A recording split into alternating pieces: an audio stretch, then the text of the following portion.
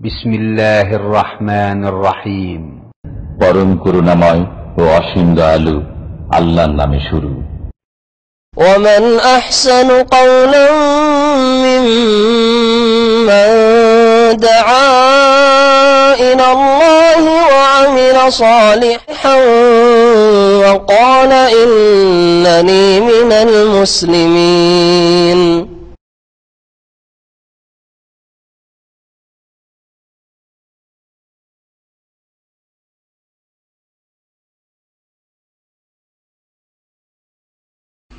বিসমিল্লাহির রহমানির রহিম। আলহামদুলিল্লাহি রাব্বিল আলামিন ওয়াসসালাতু ওয়াসসালামু আলা সাইয়্যিদিল মুরসালিন নবিয়িনা মুহাম্মদ ওয়া আলা আলিহি ওয়া সাহবিহি আজমাইন।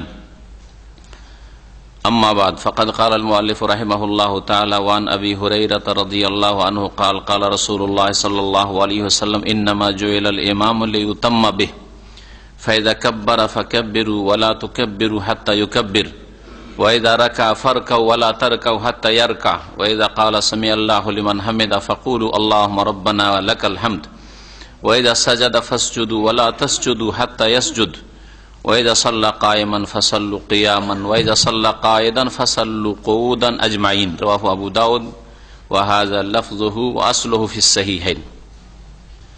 আল্লাহ পাক রব্বুল আলামিনের সমস্ত প্রশংসা, সালাত এবং সালাম নাযিল হোক নবী সাল্লাল্লাহু আলাইহি সাল্লামের উপর। আমাদের বুলুগুল মারাম হাদিসের দর্শের বিষয়বস্তু সালাতের ইমামত সম্পর্কে, জামাত সম্পর্কে আলোচনা প্রায় শেষ হয়েছে। জামাতের হুকুম, ইমামত সম্পর্কে এবং ইমামের সাথে সালাত আদায় করাই হচ্ছে জামাত।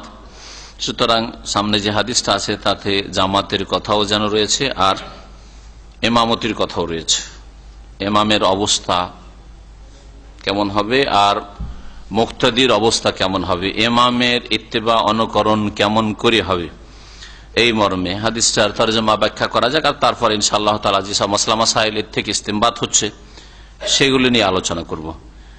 আবু হুরায়রা রাদিয়াল্লাহু তাআলা আনহু থেকে বর্ণিত, তিনি বলছেন ক্বালা রাসূলুল্লাহ সাল্লাল্লাহু আলাইহি সাল্লাম, রাসূলুল্লাহ সাল্লাল্লাহু আলাইহি সাল্লাম বলেছেন ইন্নামা জুইলাল ইমামু লিইউতাম্মা বিহি, নিঃসন্দেহে ইমাম নির্ধারিত করা হয়েছে, ইমাম নিযুক্ত করা হয়েছে মসজিদের সালাতের জন্য, লিইউতাম্মা বিহি, এই জন্য যে তার তোমরা অনুকরণ করবে, ইক্তেদা করবে। লিইউতাম্মা বিহি মানে লিইক্তাদা বিহি, ইতিমাম মানে ইক্তেদা করা। ইক্তেদাও আরবি ভাষা, ইত্তেবাও আরবি ভাষা, আর ইতিমামও আরবি ভাষা। সবগুলির অর্থ হচ্ছে অনুকরণ করা, পেছনে পেছনে চলা, কাছাকাছি থেকে পেছনে পেছনে চলা, এটা হচ্ছে অনুসরণ বা অনুকরণ করা।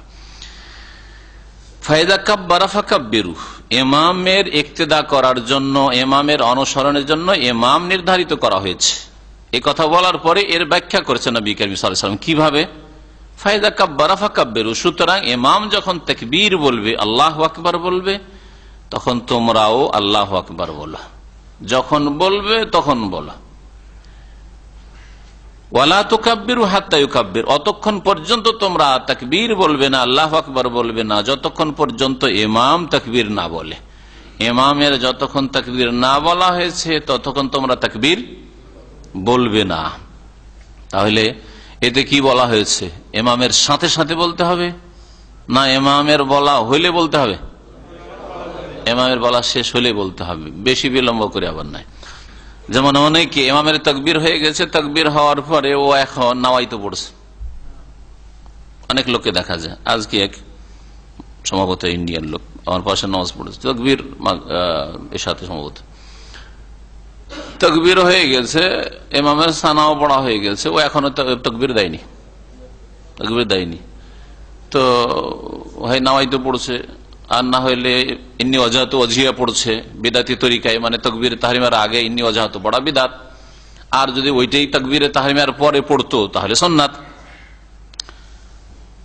অথবা যা কিছুই করুক সে নিয়ত পড়ছে, অথবা যাই করছে, ইক্তাদাইতু বিহাযাল ইমাম বলছে, বিলম্ব করছে এক কথায়, অথচ ইমামের তাকবীর হয়ে গেছে, এটাও জায়েজ নাই। অবস্থাগুলি সবগুলো ইনশাআল্লাহ পরে বলবো। অতক্ষণ পর্যন্ত তোমরা তাকবীর বলিও না যতক্ষণ ইমাম তাকবীর না বলে। এতে যেন এই কথা বলা হয়েছে যে ইমামের আগে তোমাদের তাকবীর না হয়ে যায়। অনেকে ইমাম এখনো হয়তো কাতারে এদিক ওদিক দেখাশোনা করছে, ও আর খেয়াল টেয়াল করেনি, একামত হয়ে গেছে, বুকে হাত বেঁধে বসে আছে, হবে না এইভাবে নামাজ। ওয়াইদা রাকা ফারকাউ, আর যখন ইমাম রুকু করে তোমরাও রুকু করো। ওয়ালা তারকাউ হাত্তা ইয়ারকা, তোমরা অতক্ষণ রুকুতে যেও না যতক্ষণ পর্যন্ত ইমাম রুকুতে না যায়।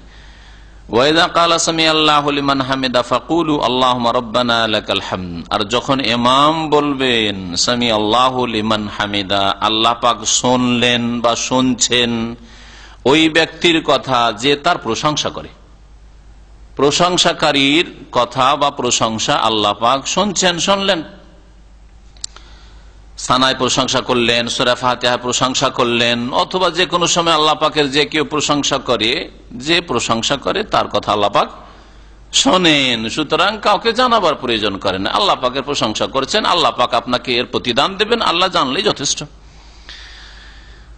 যখন সামিআল্লাহু লিমান হামিদা বলবেন ইমাম সাহেব, ফাকুলু, তখন তোমরা বলো আল্লাহুম্মা রাব্বানা লাকাল হামদ, হে আল্লাহ, হে আমাদের প্রতিপালক, লাকাল হামদ, সমস্ত প্রশংসা তোমার। ইমাম যখন কি বলবে সামিআল্লাহু লিমান, তখন তোমরা আল্লাহুম্মা রাব্বানা ওয়া লাকাল হামদ বা লাকাল হামদ, ওয়া লাকা দিও এসছে, আল্লাহুম্মা ছাড়া এসে রব্বানা ওয়া লাকাল হামদ এসছে, বিভিন্ন ভাবে এসছে, যে কোনো রকম বলা যেতে পারে। হাদিসে এই অংশটা কিন্তু মনে রাখবেন, কারণ সামনে দ্বিমত যখন আলোচনা করব যে মুক্তাদি দুটোই বলবে না একটা বলবে, তখন এই হাদিসটা এটা দলিল হিসাবে কাজে আসবে। ওয়াইদা সাজাদা ফাসজুদু, আর যখন সেজদা করেন ইমাম সাহেব তখন তোমরা সেজদা করো। সেজদা যখন দেখলেন চলে গেল ইমাম, তখন আপনি সেজদা করেন। ওয়ালা তাসজুদু হাত্তা ইয়াসজুদ, ততক্ষণ পর্যন্ত সেজদা করিও না যতক্ষণ পর্যন্ত ইমাম সেজদা না করে। ওয়াইদা সাল্লা কায়েমান, আর যখন দাঁড়িয়ে সালাত আদায় করবেন ইমাম সাহেব, ফাসাল্লু কিয়ামান, তখন তোমরাও দাঁড়িয়ে সালাত আদায় করো। ওয়াইদা সাল্লা কায়েদান, আর যখন বসে সালাত আদায় করবে ইমাম সাহেব, কোন শরীয়তি ওজরের কারণে দাঁড়াতে পারছেন না, ইমাম সাহেব বসে নামাজ পড়াচ্ছেন, ফাসাল্লু কউদান আজমাউন, তখন তোমরা সকলেই বসে নামাজ পড়ো, সকলেই বসে সালাত আদায় করো। হাদিসটি ইমাম আবু দাউদ বর্ণনা করেছেন, আর এই শব্দগুলি হচ্ছে ইমাম আবু দাউদের, মানে এই বাক্যগুলি এইভাবে। ও আসলহু ফিস সাহিহাইন, কিন্তু এই হাদিসের মূল বিষয়বস্তু সাহিহাইন, সহিহ বুখারী মুসলিমে রয়েছে, যাতে রয়েছে ওয়াইদা সাল্লা জালিসান ফাসাল্লু জুলুসান আজমাউন, যখন ওখানে কায়দানের জায়গায় জালেসান আছে, যখন ইমাম বসে পড়বে, বসে নামাজ আদায় করবে বা নামাজ পড়াবে, তখন তোমরাও বসে সকলে নামাজ পড়ো। এর কাছাকাছি হাদিস ওটা। এই মর্মে বেশ কিছু হাদিস রয়েছে, হাদিস সহিহ, এতে কোনো সন্দেহ নেই, হাদিস সহিহ, এতে কোনো সন্দেহ নেই। এখন এই হাদিসটাই মাসলা মাসাইল অনেকগুলি রয়েছে, কিন্তু আমরা গুরুত্বপূর্ণ মাসলা মাসাইলগুলি সম্পর্কে আলোচনা করব। প্রথম বিষয় হচ্ছে ইমামের ইক্তেদা করা, অনুসরণ করা। ইমামের অনুসরণের সম্পর্কে মনে রাখবেন, ইমামের আগে বেড়ে যাওয়া হারাম কাজ, গুনার কাজ, আর ইমামের আগে কেউ যদি বেড়ে যায় তো নামাজ হবে না। ইন্না মুসাবাকাতাল ইমামে মুহাররামাতুন, ভাষ্যকার বলছেন যে ইমামের আগে বেড়ে যাওয়া হচ্ছে হারাম। ওয়াইদা ওয়াকাত আমদান, আর ইচ্ছাকৃত কেউ যদি ইমামের আগেই তাকবীর দিয়ে ফেলে, ইমামের আগেই রুকুতে চলে যায়, ইমামের আগেই সেজদা চলে যায়, অথবা সেজদা থেকে উঠে যায়, রুকু থেকে উঠে ইমামের আগে উঠে যাচ্ছে, আর ইমাম উঠে না, একটু লম্বা করছে, উঠে বসে আছে, হ্যাঁ, এইরকম যদি করে ইচ্ছাকৃত, বাতালাত সালাত, তাহলে তার নামাজ বাতিল। এটা হলো ইমামের আগে বাড়ার কথা। ইমামের বিরোধিতা করা, একেবারে পিছনে পড়ে থেকে যাওয়া, ইমাম থেকে অনেক পিছিয়ে যাওয়া, ইমামের আগে বাড়ার মতোই জায়েজ নয়, গুনার কাজ, সেটা বিরোধিতা, অনুসরণ নয়। ইমাম এবং একাকী নামাজি, নামাজি হচ্ছে তিন প্রকার, তাই না? নামাজি হচ্ছে তিন প্রকারের। কেমন? ইমাম এক রকমের নামাজি হচ্ছে ইমাম, আর এক রকমের নামাজি হচ্ছে একাকী নামাজি, মুনফারিদ, একা একা নামাজ পড়ে, হয়তো কোন লোক পাইনি, একাই নামাজ পড়ছে, এটাও হইতে পারে। আর আরেকটি হচ্ছে ইমাম ছাড়া, আর একা নামাজ পড়া ছাড়া মুক্তাদি, ইমামের পিছনে যারা নামাজ পড়ছে তারা নামাজি হচ্ছে তিন শ্রেণীর, ইমাম, মুক্তাদি আর একাকী নামাজি। ইমাম এবং একাকী নামাজিরা সামি আল্লাহ লিমান হামিদা বলবে রুকু থেকে ওঠার সময়, আর ইমাম অথবা একাকী সামি আল্লাহ লিমান হামিদা বলার পরে রব্বানা ওয়া লাকাল হামদু বলবে। ইমাম দুটোই বলবে, ইমাম কি বলবে? দুটোই বলবে।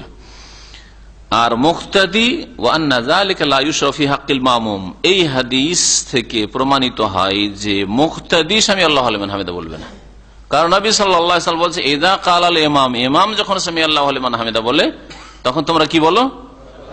রব্বানা ওয়া লাকাল হামদ বা আল্লাহুম্মা রব্বানা লাকাল হামদ। এগুলি মাসালা এই হাদিস থেকে জানা গেল, তাই না? এরকম বেশ কিছু মাসাইল আরো রয়েছে। এতে রয়েছে যে ইমাম যদি কোনো ওজরে অসুস্থ আছে আর বসে নামাজ পড়ে তো আপনি কি করবেন? হ্যাঁ, ইমামের পিছনে দাঁড়িয়ে নামাজ পড়বেন না বসে নামাজ পড়বেন? এই মাসালা একটু জটিল ইখতিলাফ আছে, জটিল দ্বিমত আছে। এজন্য এটা চূড়ান্ত সিদ্ধান্ত বলছে না, এই হাদিস থেকে এটা স্পষ্ট হয়, কিন্তু আসল বিষয়টা পরে বলছি। এখানে যে বিষয়টা আলোচনা করব সেটা হচ্ছে যে মুক্তাদির অবস্থা ইমামের সাথে, মুক্তাদির অবস্থা ইমামের সাথে চার ভাগে ভাগ করা যেতে পারে বা চারটি অবস্থা বলা যেতে পারে। একটি অবস্থা হচ্ছে মুসাবাকা।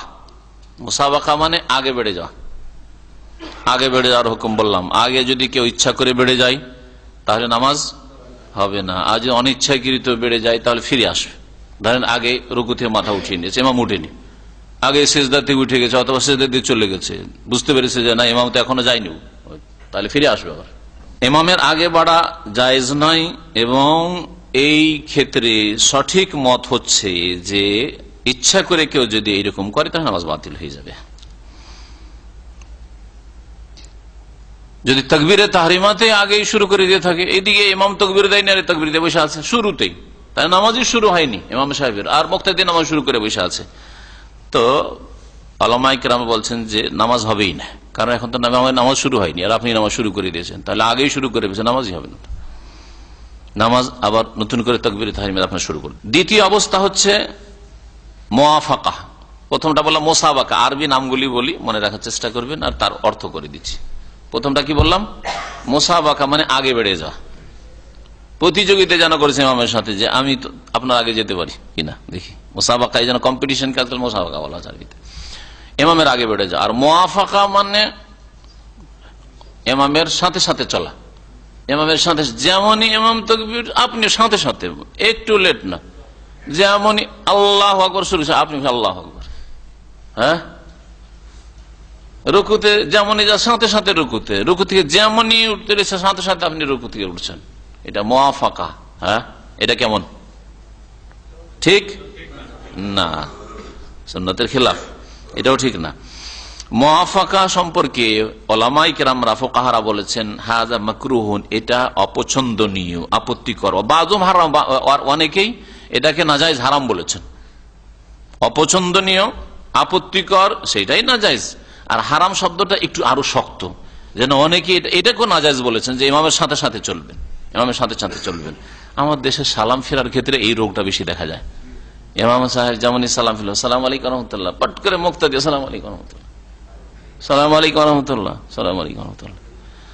এখানে নামাজ পড়ার পরে হঠাৎ করে ওখানে গেলে একবারে বিব্রত হইতে হয়, আরে কি করছে রে, অপেক্ষা করে বসে আছি যে দুই দিকে আমার সালাম ফিরা হোক, তারপরে সালাম ফিরবো, আর ওই দিকে সালাম ফিরার সাথে সালাম ফিরে বসে আছে। আর মুশকিলটা হচ্ছে যে এটা মুকাল্লেদ ভাইরা তো করে, আহলে হাদিস ভাইরাও করে। আমি আমার জানা মোতাবেক আহলে হাদিস মসজিদের অবস্থা এটাই, জানি না আপনারা এই সম্পর্কে কি বলবেন না বলবেন, কিন্তু আমার যেটা জানা, আর আমি একটা বড় মাদ্রাসায় গিয়ে গত সফরে বলে এসছে, সেখানকার উস্তাদদের সাথে আমার মিটিং ছিল, তাতে যে আপনার মসজিদ থেকে তারা বেরোলে একসাথে, আমি বললাম যে আপনাদের নামাজের ছাত্রদেরকে আপনারা এটা শেখান না, এটা তো ঠিক না এই আমলটা, এইভাবে যেটা আমাদের দেশে চলছে।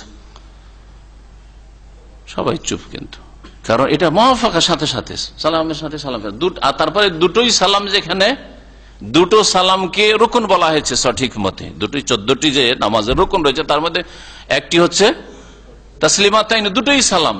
এমন নয় যে একটা সালাম ফরজ রুকন আর একটা সুন্নাত মুস্তাহাব, এরকম নয়। তাহলে দুটো সালাম যতক্ষণ না হয়েছে ওই রুকনটাই তো আদায় হয়নি ইমাম সাহেবের, আপনি পট করে কি করে সালাম ফিরছেন মুক্তাদি? তাহলে ইমামের সাথে সাথে চলা এটাও জায়েজ নয়, আপত্তিকর, অপছন্দনীয় অথবা নাজায়েজ। 3 নম্বর অবস্থা হচ্ছে তাখাল্লুফ বা মুখালাফা। একই ভাষা দিয়ে বলি, মুসাবাকা বললাম বাবে মুফাআলাত থেকে, প্রথমটা। 2 নম্বরটা হচ্ছে মুওয়াফাকা, সাথে সাথে চলা। আর তৃতীয়টা হচ্ছে মুখালাফা। মুখালাফা মানে বিরোধিতা করা। মুখালাফা মানে হচ্ছে খালফ থেকে, খালফ মানে পিছনে, খালফ মানে ওরা পিছনে, পিছনে পড়ে থেকে যাওয়া, এটা বিরোধিতা। বিরোধিতা, মুখালাফা, বিরোধিতা করা মানে ইমাম অনেকে গিয়ে চলে গেছে, আরো আছে ইমাম সেজদা থেকে উঠে দাঁড়িয়ে কেরাত শুরু করে সেজদায় পড়েই আছে, এখনো ওর মনটা চাইছে আরো কিছু দোয়া করবে, সেই জন্য সেজদায় পড়েই আছে। নিয়তটা তার ভালো, কিন্তু নিয়ত ভালো হলেই যে নেকির কাজ করলো তার নেকির কাজ করলো না। সেজদায় আল্লাহ পাকের নিকটবর্তী হয়, কিন্তু ইমাম সাহেবের বিরোধিতা করে সেজদায় আল্লাহ নিকটবর্তী হইতে পারবে না, গুনাহগার হবে। কথা বুঝতে পারছেন? মুখালাফা, বিরোধিতা করা, মুখালাফা বিরোধিতা করাও তাহলে জায়েজ নয়। বলছে তাখাল্লুফ কাসাবক, পিছনে পড়ে থেকে যাওয়া, বিরোধিতা করা, ইমাম চলে গেছে এগিয়ে আর আপনি পিছনে পড়েই আছেন এখন, এটাও আগে বাড়ার মতোই হারাম নাজায়েজ কাজ। হুকুম হাকামের দিক থেকে ইচ্ছা করে যদি বিরোধিতা করে যে ইমাম যাবে যাক, দাঁড়িয়ে যাক, সূরা কেরাত শুরু করে, এদিকে আমি সেজদা একটু লম্বা করে করবো, হ্যাঁ ইমাম রুকুতে যাবে যাক, আমি সূরা পড়বো, হ্যাঁ বা আরো দাঁড়িয়ে থাকবে একটু, ইমাম উঠে যায় কিন্তু আমি রুকুতে থাকবো, যদি এরকম ইচ্ছা করে কেউ করে, বুঝতে পারছে যে ইমাম এগিয়ে চলে গেছে, তারপরে বিরোধিতা করে, তাহলে নামাজ বাতিল হয়ে যাবে সহি মতে। চতুর্থ অবস্থা হচ্ছে মোতাবাহ। মোতাবাহ কাকে বলে? ইত্তেবা থেকে মোতাবাহ, তাবায়াত মানে তাবে হওয়া, অনুসরণ করা। ইন কুনতুম তুহিব্বুনাল্লাহ ফাত্তাবিউনি, আল্লাহ পাক বলছেন যে তোমরা যদি আল্লাহকে ভালোবাসো, আল্লাহর সাথে মহব্বত করো, তাহলে নবী ওদেরকে জানিয়ে দাও যে ফাত্তাবিউনি, আমার অনুসরণ করো, অর্থাৎ মুহাম্মদ সাল্লাল্লাহু আলাইহি সাল্লামের ইত্তেবা, অনুসরণ করা মানে পেছনে পেছনে চলা, নবীর সাথে সাথে না, আগেও না, আর পিছিয়ে পড়ে থাকে না।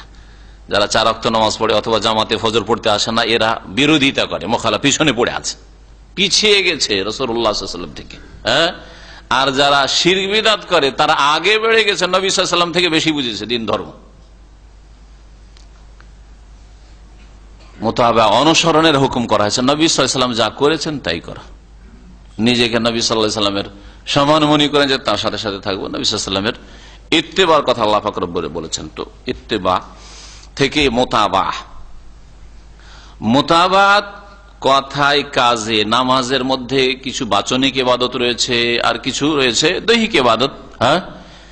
এই কথা এবং কাজে, ইবাদত বন্দেগীতে, নামাজের ইবাদতে ইমাম সাহেবের মোতাবাত অনুসরণ করতে হবে, পেছনে পেছনে থাকতে হবে। হাযা হুয়াল মাশরু, এটাই হচ্ছে শরীয়ত সম্মত বিষয়, যেটা প্রমাণ করে এই হাদিস, ইযা কাব্বারা ফাকাব্বিরু, ইযা রাকা ফারকাউ, ইযা সাজাদা ফাসজুদু, তাই না? ফা শব্দটি ব্যবহার হয়েছে, আরবি গ্রামারে ফা তারতিবের জন্য আসে, একটু পরে থাকার জন্য, হ্যাঁ।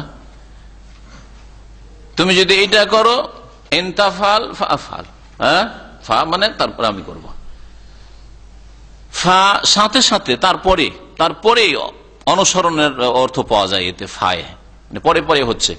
আর সুম্মা, অতঃপর, একটু বিলম্বে, সুম্মার অর্থ ওয়াও এবং, এতে একসাথে হয়ে যেতে পারে। এগুলো সব হারিফা আতেফা, এগুলো আরবি গ্রামারের গ্রামার জানার ফায়দা, যে আরবি গ্রামার জানা থাকলে আপনি কোরআন এবং হাদিস বুঝতে আপনার যে সহজ হবে, এর বাস্তব প্রমাণ। এই ছিল একটি মাসলা, তাই না? আর একটি মাসলা হচ্ছে যে তাসমি আর তাহমিদ। তাসমি মানে, তাসমি কাকে বলে বুঝেন না? তাসবিহ বলিনি, তাসমি। সামি আল্লাহ লিমান হামিদা বলা, কে বলেন এটা? কে বলে? মাশাআল্লাহ, দেখেন, তাসমি মানে সামি আল্লাহ লিমান হামিদা বলা, আর তাহমিদ মানে, হ্যাঁ, রব্বানা ওয়া লাকাল হামদ, এটাকে তাহমিদ বলা হয়েছে। তাসমি সামি আল্লাহ লিমান হামিদা, আর তাহমিদ মানে আল্লাহ পাকের যাতে প্রশংসা করলো, রব্বানা ওয়া লাকাল হামদ, আল্লাহুম্মা রব্বানা লাকাল হামদ, এটা তাহমিদ। আর তাকবীর আল্লাহু আকবার, তাকবীর হচ্ছে আল্লাহু আকবার। আর রুকু সিজদা যেটা পড়েছেন এটা হচ্ছে তাসবিহ, তাসবিহ সুবহানাল্লাহ বলা। তাহলিল, তাহলিল কাকে বলে? লা ইলাহা ইল্লাল্লাহ বলা। তাসমি আর তাহমিদ, সামি আল্লাহু লিমান হামিদা আর রব্বানা লাকাল হামদ বা রব্বানা ওয়া লাকাল হামদ, এই দুটো হুকুম কি একত্রিত করবে? ইমাম সাহেব একত্রিত করবে, কিন্তু মুক্তাদির কি হুকুম? বলছেন ভাষ্যকার যে আল হাদিস হুজ্জাতু ফি আন্নাল মা'মুম লা ইয়াজমা বাইনা তাসমি ওয়া তাহমিদ, এই হাদিস দলিল এই বিষয়ে যে মুক্তাদি সামি আল্লাহু লিমান হামিদা রব্বানা ওয়া লাকাল হামদ দুটো একত্রিত করবে না, দুটো জমা করবে না, অর্থাৎ মুক্তাদি আল্লাহু লিমান হামিদা বলবে না ইনদা রাফা মিনা রুকু, রুকু থেকে ওঠার সময়। এটাই হচ্ছে হানাফি মযহাব, এটা হচ্ছে হাম্বলি মযহাব।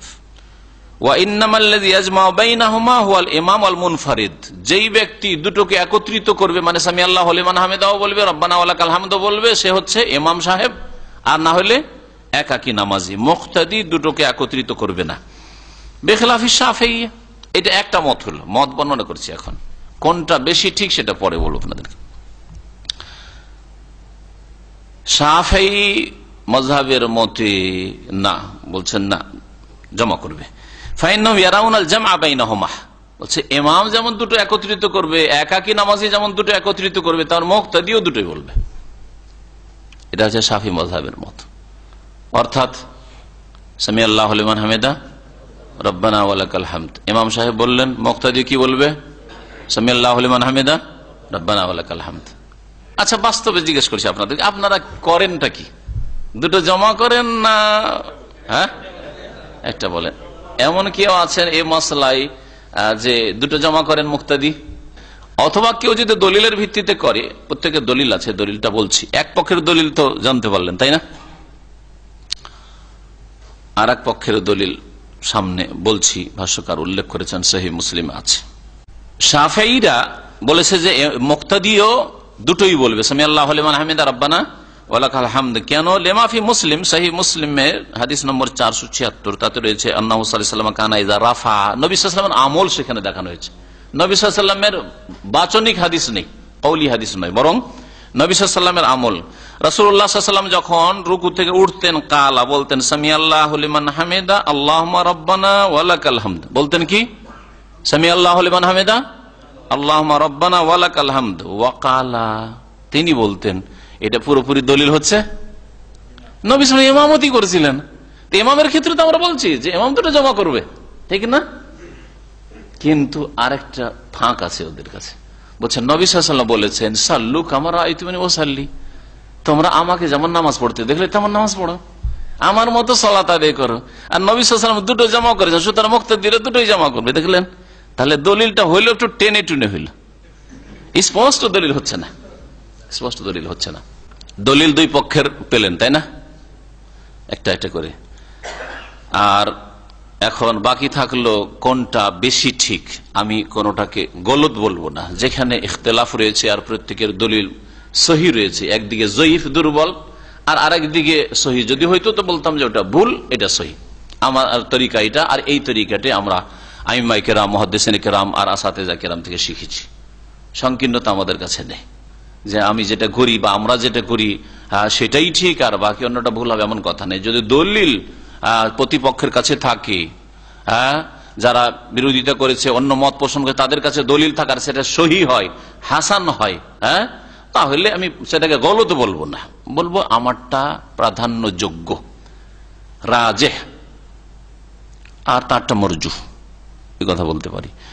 এই ক্ষেত্রে দলিল যেহেতু দুই পক্ষ থেকে, এক পক্ষ সহিহ মুসলিমের হাদিস পেশ করেছে আর নবী সাল্লাল্লাহু আলাইহি ওয়াসাল্লামের হাদিস যে তোমরা আমার মতো নামাজ পড়ো, এইভাবে তারা দলিল পেশ করেছে শাফিঈরা। আর অন্য হানাবেলা অথবা আহনাফ তারা এই ক্ষেত্রে বলছে যে নবী সাল্লাল্লাহু আলাইহি ওয়াসাল্লাম বলেছেন যে ইমাম যখন সামি আল্লাহু লিমান হামিদা বলবে তখন তোমরা রব্বানা ওয়া লাকাল হামদ বলো। ওখানে ইমাম সামি আল্লাহ, ইমাম রব্বানা ওয়া লাকাল হামদ বলবে কিনা এটা নেই, কিন্তু এই হাদিসটা প্রমাণ করে দিচ্ছে যে নবী সাল্লাল্লাহু আলাইহি ওয়াসাল্লাম সামি আল্লাহু লিমান হামিদা বললেন, আর কি বললেন? আল্লাহুম্মা রব্বানা ওয়া লাকাল হামদ বললেন। তাহলে দুটো জমা করেছেন ইমাম সাহেব, তাই না? সুতরাং ইমাম দুটো জমা করবে। এই ক্ষেত্রে শেখ মোহাম্মদ বিন সালেহ উসাইমিন রাহমাতুল্লাহি আলাইহি প্রাধান্য দিয়েছেন প্রথম মতটিকে, কি যে মুক্তাদি শুধু রব্বানা ওয়া লাকাল হামদ বলবে আর ইমাম দুটোই বলবে, একাকী নামাজি দুটোই বলবে। আজকে সামনে যে হাদিসটা আমরা যেটা নিয়ে আলোচনা করছি সেই হাদিস হচ্ছে দলিল যে ইযা ক্বালাল ইমামু সামি আল্লাহু লিমান হামিদা ফাকুলু আল্লাহুম্মা রব্বানা লাকাল হামদ। যখন ইমাম বলবে সামি আল্লাহু লিমান হামিদা তখন তোমরা মুক্তাদিরা কি বলো? রব্বানা ওয়া লাকাল হামদ বলো। এটা শেখ ইবনে উসাইমিন রাহমাতুল্লাহ বর্তমান যুগের বড় একজন মুহাদ্দিস, আলেম, ফাকিহ, তিনি এটাকে প্রাধান্য দিয়েছেন। পক্ষান্তরে শাফেঈ মত যেটা, সেটাকে আল্লামা মুহাম্মদ নাসিরউদ্দিন আলবানী রাহমাতুল্লাহ আলাইহি প্রাধান্য দিয়েছেন তার সিফাতু সালাতুন নবী রাসূলুল্লাহ সাল্লাল্লাহু আলাইহি ওয়াসাল্লামের সালাত সম্পাদনের পদ্ধতি নামে বাংলায় যেটা অনুবাদ হয়েছে তাতে। সুতরাং যারা মুহাদ্দিস মানুষ, যারা বড় ফাকিহ, যারা কোরআন সুন্নাহর অনুসারী, তাদের মধ্যে এই বিষয়ে ইখতিলাফ রয়েছে। এই জন্য এইরকম ইখতিলাফের ক্ষেত্রে আমাদের মধ্যে উদারতা রয়েছে, সংকীর্ণতা নেই। হ্যাঁ, সুতরাং কেউ যদি মুক্তাদি হয়ে জমাও করে তো আমি বলবো না যে সে ভুল করলো বা তার নামাজের ক্ষতি করলো। আর কেউ যদি শুধু রব্বানা ওয়ালাকাল হামদু বলে মুক্তাদি হয়ে, তাই যথেষ্ট, বরং সেটাকে বেশি ঠিক মনে করছি, আল্লাহু আলাম। জি, এর দ্বারা আমাদের কাছে আরো স্পষ্ট হয় যে আমরা অন্ধ তাকলিদ করি না, যদিও প্রত্যেকের সাথে মহাব্বত করি আলহামদুলিল্লাহ। শাইখ নাসিরউদ্দিন আলবানী রাহমাতুল্লাহ আলাইহির সাথে আমাদের যে মহাব্বত আছে আল্লাহ পাক ভালো জানছেন আমাদের, কারণ তার যারা যে হাদিসের খেদমত হয়েছে বিশেষ করে, আর আমভাবে সাধারণভাবে দিনের খেদমত হয়েছে, তা এইরকম এক দুটো চারটা মজলিসে বলে শেষ করা যাবে না। আর এইরকমই শাইখ মোহাম্মদ বিন সালেহ আল উসাইমিন রাহমাতুল্লাহ আলাইহি তার যে খেদমত রয়েছে, আর তার দার্সে আমি হাজির হয়েছি আল কাসিমে। তার দার্সের মসজিদে মাগরিবের পর দার্স শুরু হইতো, আর তিনি বাড়ি থেকে হেঁটে আসতেন, কখনো গাড়ি ব্যবহার করতেন না, 10-15 মিনিট হেঁটে আসতেন। এই তরিকার উপর আমি আমল করার চেষ্টা করি, কারণ হেঁটে এসে যদি বসি, দর্শে বসি অথবা অফিসে বসি, তো শরীরটা হালকা থাকে, ভালো লাগে আমার। কিন্তু গাড়িতে আরামের মতো আসলাম, তাড়াতাড়ি ক্লান্ত হয়ে পড়ি তাতে। তো তিনি হেঁটে আসতেন একেবারে, আর রাস্তায় হাঁটছেন, ছাত্ররা বাড়িতে ওখান থেকে শুরু করেছে, মাঝামাঝি জিজ্ঞেস করা শুরু করেছে, আসছে, ডানে বামে ছাত্ররা আছে আর হাঁটছেন, এইরকম করতেন তিনি। দার্সে হাজির হয়েছি, তার দার্সে 400 থেকে 500 ছাত্র থাকতো প্রতিদিন। এটা প্রতিদিন মাগরিব থেকে শুরু হইতো, এশা আর এশা পরে হইতো কয়েকটা দার্স, তাফসীর, হাদিস, ফিকহ, এই দার্সগুলি হইতো রাহমাতুল্লাহ আলাইহি। তারা সকলে কোরআন সুন্নাহর অনুসারী ছিলেন, আর যারা কোরআন সুন্নাহর অনুসারী, কোরআন সুন্নাহর খাদেম, উলামায়ে কেরাম, তাদের সকলের সাথে আমাদের মহব্বত ভালোবাসা আছে, কিন্তু অন্ধ তাকলিদ নেই, অন্ধ অনুসরণ আমাদের কাছে নেই, যে অন্ধভাবে কোন একজনকে ধরে নেব, এটা হেদায়েতের পথ নয়। বরং আমরা দলিলকে প্রাধান্য দেওয়ার চেষ্টা করব, আর সকলের শ্রদ্ধা আমাদের অন্তরে আছে। ইমাম আবু হানিফা, শাফি, মালিক, আহমদ, সকল আইম্মায়ে কেরাম, মুহাদ্দিসিন, সকলের শ্রদ্ধা ইহতেরাম আছে, কিন্তু আমাদের কাছে অন্ধ অনুকরণ নেই, তাকলিদ নেই, আর তাদের নাম ভেঙে এক উম্মতকে ভাগ বন্টন করা নেই, এক উম্মতকে এক উম্মত করতে চাই আমরা। ইমাম ইবনে আব্দুল বার রাহমাতুল্লাহ আলাইহি বলছেন, লা আলামু খিলাফান, আমি এই বিষয়ে কোন দ্বিমত জানি না, যে ফি আন্নাল মুনফারিদ ইয়াকুল, একাকী নামাজি বলবে সামি আল্লাহু লিমান হামিদা রব্বানা ওয়া লাকাল হামদ, দুটোই বলবে। ওয়াকালা ইবনে হাজার, ইমাম ইবনে হাজার রাহমাতুল্লাহ আলাইহি, এই বুলুগুল মারামের সংকলক, তিনি বলছেন, ফা আম্মাল ইমাম ফায়ুসাম্মি ওয়া ইয়াহমাদ, ইমাম সামি আল্লাহ বলবে আর রব্বানা ওয়া লাকাল হামদ বলবে, ইয়াজমাউ বাইনাহুমা, দুটোই বলবে। লিমা সাবাতা ফিল বুখারী, কারণ সহিহ বুখারীতে রয়েছে, আন্নান নবী সাল্লাল্লাহু আলাইহি ওয়াসাল্লাম কানা ইয়াজমাউ বাইনাহুমা, বুখারীতে রয়েছে যে নবী সাল্লাল্লাহু আলাইহি ওয়াসাল্লাম দুটোকে একত্রিত করতেন, আর তিনি ইমাম হইতেন। এই হাদিসে আরেকটি মাসলা পাওয়া যায়, সেই মাসলাটা নিয়ে আলোচনা করা দরকার। সেটা হচ্ছে ইন্নামা জুইলাল ইমাম লিইউতাম্মা বিহি, ইমাম এই জন্য নিযুক্ত করা হয়েছে, ইমামকে এই জন্য ইমাম বানানো হয়েছে তোমাদের, আর তোমরা মুক্তাদি, যে তার কি করবে, অনুসরণ করবে। তো অনুসরণ কোন ক্ষেত্রে? সমস্ত ক্ষেত্রে। বাহ্যিক যেগুলি আমল আছে সেগুলির ক্ষেত্রে তো ঠিক আছে, যে হরকত, নড়া চড়া, দাঁড়ানো, তাকবীর দেওয়া, তারপরে রুকুতে যাওয়া, রুকু থেকে উঠা, সিজদা, বৈঠক, সালাম, এগুলো হচ্ছে বাহ্যিক আমল, জাহিরি আমল, ঠিক না? এই ক্ষেত্রে তো আমরা একমত। কিন্তু ইমামের অনুসরণ কি সানা তেলাওয়াতে করতে, সানা পাঠে করতে হবে, সূরা তেলাওয়াতে করতে হবে, তাসবিহ পাঠে করতে হবে, যে ইমাম সাহেবের বেশি তেলাওয়াত যেন না হয়ে যায়, ইমাম সাহেবের সানার আগে আমার সানা যেন শেষ না হয়ে যায়, এরকম কি? ইমামের আত্তাহিয়াত আর দুরুদের আগে আমার আত্তাহিয়াত দুরুদ যেন শেষ না হয়ে যায়, ইমাম 5 বার তাসবিহ পড়লেন, আমার 7 বার যেন না হয়ে যায়, এগুলো কি? এগুলো হচ্ছে আভ্যন্তরীণ বিষয়। আমি এই বিষয়টা এই জন্য এইভাবে বলছি, যাতে আপনাদের ব্রেনে ভালো করে ঢুকে, যে জাহেরি বাহ্যিক আমলগুলিতে ইমামের ইক্তেদা হচ্ছে ফরজ, অনুসরণ করা ফরজ, আর ভিতরের যেগুলি আমল রয়েছে তার মধ্যে একটি হচ্ছে নিয়ত। নিয়তটা ভিতরের আমল, অন্তরের আমল। এই ক্ষেত্রে ইমাম আর মুক্তাদির নিয়ত একই হইতে হবে এটা জরুরি না। কেন এই মাসলা বলছি, একটা ভূমিকা স্বরূপ এর থেকে মাসলা বেরোবে। তখন ইমামের নিয়ত হচ্ছে মাগরিবের, ইমামের নিয়ত হচ্ছে মাগরিবের, আর আপনার নিয়ত হচ্ছে এশার। ইমাম 3 রাকাতে সালাম ফিরিয়ে দিল, আপনি আর 1 রাকাত পড়ে এশা পড়তে পারবেন না? পারবেন না। না, ইমাম মাগরিব পড়ছে, সুতরাং আপনার এশা হবে না, এরকম ফতোয়া দেবেন? নিয়ত ভিতরের ব্যাপার। এই ক্ষেত্রে ইক্তেদা অনুসরণ ফরজ না, যে ইমামের যেহেতু মাগরিব নিয়ত, আমারও মাগরিব হইতে হবে জরুরি। ইমাম যেহেতু আসর পড়ছে, আমারও আসরের নিয়ত হইতে হবে, জোহর আমার বাকি আছে না, ইমাম আসর পড়ছে, আমি জোহর পড়ছি, অসুবিধা নেই। নিয়ত ভিতরের ব্যাপার, ভিতরের বিষয়গুলিতে ইক্তেদা অনুসরণ নেই। না হলে আত্মাহাত আপনি আগে পড়ে শেষ করতে পারবেন না, দরুদ আগে পড়ে শেষ করতে পারবেন না, তসবিহ তার চাইতে বেশি করতে পারবেন, এরকম নয় আসলে। এমনি শুধু বলছি না এগুলি, হ্যাঁ, বরং এগুলি দলিলের ভিত্তিতে বলছি। দলিল রয়েছে যে ইমাম মুক্তাদির নিয়তে পার্থক্য হইতে পারে, ইমামের নিয়ত আলাদা, আমার নিয়ত আলাদা হইতে পারে। এটা তো বললাম যে নামাজের রক্ত নিয়ে, যে মাগরিবের পিছনে এশা, জোহরের পিছনে আসর, বা আসরের পিছনে জোহর ইত্যাদি, এরকম। হ্যাঁ, নামাজের হুকুমের ক্ষেত্রে নিয়তে পার্থক্য। একজন ফরজ নামাজ পড়ছে আর একজন নফল নামাজ পড়ছে, ইমাম ফরজ পড়ছে আর মুক্তাদি নফল পড়ছে, অথবা এর বিপরীত, ইমাম নফল পড়ছে, সুন্নত পড়ছে, আর মুক্তাদি ফরজ পড়ছে। নিয়তের পার্থক্য চলবে না? চলবে না। না, এই ক্ষেত্রেও ইক্তেদা মানে অনুসরণ করা ফরজ। ইমাম যেহেতু তারাবির নামাজ পড়ছে, তোমার কি করে ফরজ এশার নামাজ হবে? ফতোয়া দেবেন নাকি? এই ফতোয়া যারা দেয় ভুল ফতোয়া। নিয়তের ক্ষেত্রে ইমামের অনুসরণ করার কোনো প্রয়োজন নেই। দলিল বিহীন বলছি না, মাসলা এখনো বলছি, দলিল আছে। হ্যাঁ, দলিলগুলি আসবে সামনে। আর বলেন তো দেখি এর দলিল কি আছে। নফলের পিছনে মজমেন জাবালের আগে পড়া হয়েছে হাদিস, তাই না? মজমেন জাবালের হাদিসের একটা অংশ আসছে সামনে এই অধ্যায়, ইমামতির ক্ষেত্রে আসছে। লম্বা ইমামতি করেছিলেন তখন নবী সাল্লাল্লাহু আলাইহি ওয়াসাল্লাম, একটু সতর্ক করলেন, বিষয়টা আসছে। তো ওইটাই ছিল ঘটনা। কি করতেন তিনি? তিনি যেই পাড়াতে, মহল্লায়, মদিনায় থাকতেন, তার বংশধরের সাথে, ওখানে একটা মসজিদ ছিল। ওরা বলল যে আপনি আমাদের মধ্যে বেশি আলেম, বেশি জ্ঞানী মাসুম, আপনার ইমামতি আমরা চাই, আমরা পরেশগার মুত্তাকি আর আলেমের ইমামতি চাই, আপনাকে ইমামতি করতে হবে। তিনি বললেন যে দেখো, আমি ইমামতি করে নবী সাল্লাল্লাহু আলাইহি ওয়াসাল্লামের পিছনে নামাজ পড়ো, একটা নবী সাল্লাল্লাহু আলাইহি ওয়াসাল্লামের ইক্তেদা করলাম, অনুসরণ করলাম, হ্যাঁ, তার পিছনে নামাজ পড়লাম, আর 1000 গুণ আমি সওয়াব পেলাম, মসজিদে নববীতে নামাজ পড়লাম, ওইটা ছাড়বো না। সুতরাং এশার নামাজ যদি পড়তে চাওয়ার পিছনে এশার নামাজ এটা করতেন, বসে থাকো তোমরা, আমি আসছি নামাজ পড়ে, মসজিদে নববীতে নামাজ সেরে এসে তোমাদেরকে ইমামতি করবো।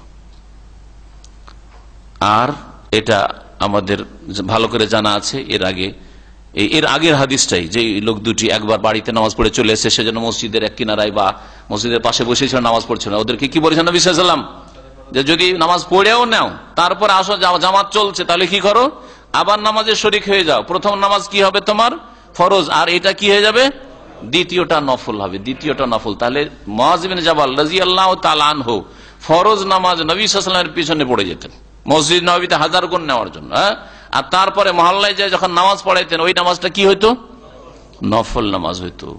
তার নামাজ নফল, আর মুক্তাদিরা বসে আছে ফরজ পড়ার জন্য। যে মুআয ইবনে জাবাল, হ্যাঁ, আলেমুন বিল হালাল ওয়াল হারাম, হালাল হারাম দিন সম্পর্কে ভালো জ্ঞানী, তার পিছনে আমরা ইক্তেদা করে নামাজ পড়বো, বসে আছেন। তো নফলের পিছনে ফরজ পড়তেন না সাহাবায়ে কেরামরা? কেউ যদি বলে যে মুআয ইবনে জাবাল পড়াইতেন, এটা তো আর শরীয়তের দলিল না। দলিল যদি নবী সাল্লাল্লাহু আলাইহি ওয়াসাল্লাম করতেন তাহলে দলিল হইতো। হ্যাঁ, যাদের অন্তর বাঁকা এইভাবে জবাব দিয়েছে, এর উত্তর কি দিবেন? আপনাকে জেনে রাখতে হবে উত্তর। কি উত্তর দেবেন বলেন? নবী সাল্লাল্লাহু আলাইহি ওয়াসাল্লামের জীবদ্দশায় ঘটনা ঘটছে, আর একদিনের নয়, প্রতিদিন এশার নামাজ তিনি গিয়ে পড়াচ্ছেন, তার নফল, আর মুক্তাদিরা ফরজ নামাজ পড়ছেন, ওহির দরজা খোলা আছে, রাসূলুল্লাহ সাল্লাল্লাহু আলাইহি ওয়াসাল্লাম বাহায়াত রয়েছেন। যদি নাজায়েজ কাজ হইতো, প্রথম কথা নবী সাল্লাল্লাহু আলাইহি ওয়াসাল্লামের কাছে নিশ্চয়ই খবর আছে, অনুমতি না নিয়ে নিজের খেয়াল খুশি তিনি নামাজ পড়াইতে শুরু করেছেন, এক নামাজ 2 বার করে পড়ছেন, এটা হইতেই পারে না, এটা হইতে পারে। অনুমতি অবশ্যই নিয়েছেন, মাসলা জেনেছেন। আর যদি বলেন যে না, এর দলিল বা কি জেনেছেন, তো বলবো যে ওহির যুগ ছিল, ওহির দরজা খোলা ছিল, যদি কোনো নাজায়েজ কাজ হয় সাথে সাথে আল্লাহ পাক নবীকে ওহী করে সতর্ক করে দেবেন। কোরআনের ওহী না হইলেও হাদিসের ওহী অবশ্যই হবে যে এরকম কিছু ঘটছে,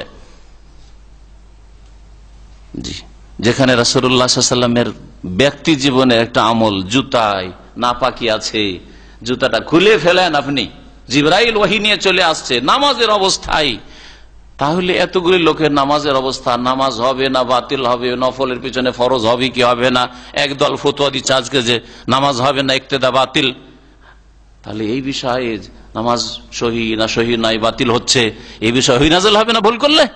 অবশ্যই ওহী নাযিল হবে। তাহলে বোঝা গেল যে আল্লাহ পাক রব্বুল আলামিন এর স্বীকৃতি দিয়েছেন, রাসূলুল্লাহ সাল্লাল্লাহু আলাইহি ওয়াসাল্লামের স্বীকৃতি দিয়েছেন, না হলে ওহী নাযিল হয়ে যেত, বারণ করে দেওয়া হয়তো। একদল বলেছেন যে হ্যাঁ, নিয়তের গোলমাল করা চলবে না, ইমামের যেটা নিয়ত হবে সেটাই নিয়ত হবে, তারা ওই ইমামের অনুকরণ করতে হবে, অনুসরণ করতে, এই হাদিসটা পেশ করে তাতে আর একটা অংশ আছে ফালা তাখতালিফু, সুতরাং তোমরা বিরোধিতা করিও না, তোমরা ইখতিলাফ করিও না। ফালা তাখতালিফু মানে বাহ্যিক আমলে ইখতিলাফ করিও না, কিন্তু ওরা সবটাতে ফিট করে দিয়েছে ফালা তাখতালিফু আলাইহি, ইমামের বিরোধিতা তোমরা করিও না, ইমামের বিরোধিতা করিও না। সুতরাং এদিকে তারাবি চলছে, সেই জন্য তোমরা তারাবি পড়ো, ইমামের বিরোধিতা করিয়ে এসা পড়িও না। আর এই কারণেই নাজায়েজ কাজ শুরু, একই মসজিদে, বড় মসজিদগুলোতে একই মসজিদে দুই জামাত চলছে রমজান মাসে, এদিকে ইমাম সাহেব তারাই পড়াচ্ছে না, জামা মসজিদে দেখবেন যদি দৃশ্য দেখতে হয়, আর ওইদিকে পেছনে বড় এক জামাত চলছে, 50, 100, 200 লোক, হ্যাঁ, এশার নামাজ আলাদা পড়ছে না, জায়েজ কাজ, এক মসজিদে দুই জামাত জায়েজ নয়, জায়েজ নয়, এটা বিচ্ছিন্নতা। আল্লাহ ওয়ালা তাফাররাকু বলে, বিচ্ছিন্নতা মসজিদের বাইরে হারাম, রাস্তাঘাটে, মাঠে ঘাটে, বাজারে, যে কোনো জায়গায়, বাড়িতে আল্লাহ পাক বিচ্ছিন্নতা মুসলিম উম্মতের মধ্যে হারাম করেছেন, তো মসজিদে আল্লাহর ঘরে কি করে বিচ্ছিন্নতা জায়েজ হতে পারে? ইমাম আহমদ থেকে দুটি বর্ণনা রয়েছে এই মর্মে, তার মধ্যে একটি বর্ণনা যে নিয়তের পার্থক্যে কোনো অসুবিধা নেই, আরেকটি বর্ণনা যেন নিয়তের পার্থক্য করা যাবে না। যেই বর্ণনাটি রয়েছে নিয়তের পার্থক্য জায়েজ রয়েছে, এতে কোনো অসুবিধা নেই, ইমাম ইবনে তাইমিয়া রাহমাতুল্লাহ আলাইহি এটাকে পছন্দ করেছেন, এটাই হচ্ছে সঠিক মত। আর একটি মাসলা এতে ছিল যেটা জানা অবশ্যই জরুরি, সেটা হচ্ছে ইমাম যদি অসুস্থতার কারণে, হ্যাঁ, কোনো অসুবিধার কারণে বসে নামাজ পড়ে, তাহলে মুক্তাদিরা কি করবে? হাদিস, যে হাদিসটা আমাদের এখানে আলোচনা আসলে সেই হাদিস দিয়ে কি জানলেন? ইযা সাল্লাল ইমামু কায়দান ফাসাল্লু কুউদান আজমাউন, হ্যাঁ, ইমাম যদি বসে পড়ে তোমরা বসে পড়ো। নবী করিম সাল্লাল্লাহু আলাইহি সাল্লাম যখন শেষ অবস্থায় অসুস্থ ছিলেন, ইন্তেকালের পূর্বে, ওই পূর্ব সময়টাই যখন অসুস্থ ছিলেন, সে অবস্থায় একদিন হঠাৎ করে আবু বকর রাদিয়াল্লাহু তাআলাকে তো নির্দেশ দিয়ে দেওয়া হয়েছে যে আবু বকর তুমি নামাজ পড়ো, ইমামতি শুরু করে দিয়েছেন। আর হঠাৎ করে নবী সাল্লাল্লাহু আলাইহি সাল্লামকে একটু ভালো লাগলো, শরীরটা একটু হালকা লাগছে, চলে যায় মসজিদে চলে আসলেন নামাজ পড়ার জন্য। এসে আবু বকর সিদ্দিক রাদিয়াল্লাহু তাআলা ইমামত করছেন, লোকেরা নামাজ শুরু করে দিয়েছে, বেশ কেরাতের কিছু অংশ হয়ে গেছে অথবা কেরাত হয়ে গেছে, এরকম অবস্থায় নামাজ, না যে নামাজের শুরুতে না, এখন নামাজ শুরু হয়, নামাজ শুরু হয়ে গেছে। রাসূলুল্লাহ সাল্লাল্লাহু আলাইহি ওয়াসাল্লাম এসে আবু বকর রাদিয়াল্লাহু তাআলা বাম দিকে বসে গেলেন, বাম দিকে বসে গেলেন, আবু বকর দাঁড়িয়ে, মুক্তাদিরা সকলে দাঁড়িয়ে। এই ঘটনা, এই হাদিস কি বলে? এই হাদিস থেকে কি বোঝা যায়? যে ইমাম যদি বসে নামাজ পড়ে তাহলে কি করতে হবে? মুক্তাদিরা দাঁড়িয়ে থাকবে, মুক্তাদি সুস্থ, মুক্তাদিরা দাঁড়িয়ে থাকবে, এই হাদিসটা বলে। একদল এইভাবে দুই হাদিসের সমন্বয় করেছেন যে ওটা আগের হুকুম ছিল, ইযা সাল্লাল ইমামু জালিসান ফাসাল্লু জুলুসান, ইমাম যদি বসে পড়ে তোমরা বসে নামাজ পড়ো। আর এই ঘটনা যেহেতু নবী সাল্লাল্লাহু আলাইহি ওয়াসাল্লামের শেষ জামানার একেবারে, হ্যাঁ, যখন নবী সাল্লাল্লাহু আলাইহি ওয়াসাল্লাম মৃত্যু শয্যায় অসুস্থ শেষ অবস্থায়, সেই সময়ের ঘটনা, সেজন্য এটা হচ্ছে নাসিখ রহিতকারী ঘটনা। একদল বলেছেন, তারা বলছেন যে না, আপনি সুস্থ, আপনার বসে নামাজ হবে না। কিন্তু আরেক দল বলছে যে না, নবী সাল্লাল্লাহু আলাইহি ওয়াসাল্লামের এটা হচ্ছে আমল আর ওটা হচ্ছে বচন, সুতরাং নাসিখ মানসুখ না। উম্মতের জন্য যদি নবী সাল্লাল্লাহু আলাইহি ওয়াসাল্লামের বচন আর কর্মে বাহ্যিক কি থাকে, দ্বন্দ্ব থাকে, তাহলে কোনটা প্রযোজ্য উম্মতের ক্ষেত্রে, কোনটা আমলযোগ্য? নবী সাল্লাল্লাহু আলাইহি ওয়াসাল্লামের বচন, কারণ নবী সাল্লাল্লাহু আলাইহি ওয়াসাল্লাম হুকুম, তোমাদের ইমাম যদি বসে নামাজ পড়ে তোমরা বসে নামাজ পড়ি। এটা অনেকে বলেছেন। ইমাম যদি ইমামের রাতেব হয়, ইমামের রাতেব মানে বুঝেন, আরবরা বলে ইমাম রাতেব, যে নির্ধারিত ইমাম, যে 5 ওয়াক্তের ইমাম। আমাদের দেশে ফার্সি ভাষা প্রাধান্য পেয়েছে, এই জন্য আমাদের দেশের লোকেরা পেশ ইমাম বলে, বুঝেন না পেশ ইমাম বলে, মানে যে নির্ধারিত ইমাম, মসজিদের সে নিযুক্ত, সরকারের পক্ষ থেকে হোক অথবা গ্রামের পক্ষ থেকে হোক, মসজিদের মোতাওয়াল্লির পক্ষ থেকে হোক, মোট কথা ও নিযুক্ত ইমাম, ওখানকার নির্ধারিত ইমাম। আর সে হঠাৎ করে অসুস্থ হয়ে গেছে, তাহলে সে অসুস্থ, বসে পড়বে, আপনারা দাঁড়িয়ে পড়বেন। কিন্তু ইমাম অসুস্থ নয়, একজনকে ইমামতি করতে বলছেন যে অসুস্থ মানুষ, মানে ইমাম নিযুক্ত ইমাম নয়, অসুস্থ, কিন্তু নির্ধারিত ইমাম নয়, সে হঠাৎ করে বলছেন যে আপনি ইমামতি করেন। তো বলছে আমি তো অসুস্থ, বুঝছেন, ইমামতি করেন আপনি বসে। না, এটা করতে বলবেন না, ওলামা কেরাম বলছেন না, এরকম করবেন। তাহলে এমন ব্যক্তিকে ইমামতি করতে বলেন যে ব্যক্তি সুস্থ আর দাঁড়িয়ে নামাজ পড়াইতে পারবে। তো এই হাদিসটা শুধু ইমাম আহমদ রহমতুল্লাহ আলাইহি বা এইরকম অনেক ওলামারা বলেছেন যে এই হাদিসটা কোন ক্ষেত্রে, যেই ক্ষেত্রে পেশ ইমাম বা নির্ধারিত ইমাম নিযুক্ত রয়েছে আর হঠাৎ অসুস্থ হয়ে গেছে, আর আশা করা যাচ্ছে যে সুস্থ হয়ে যাবে, এমন নয় যে স্থায়ী অসুস্থ হয়ে গেছে আর দাঁড়িয়ে নামাজ পড়তেই পারবে না, এরকম খোড়া হয়নি।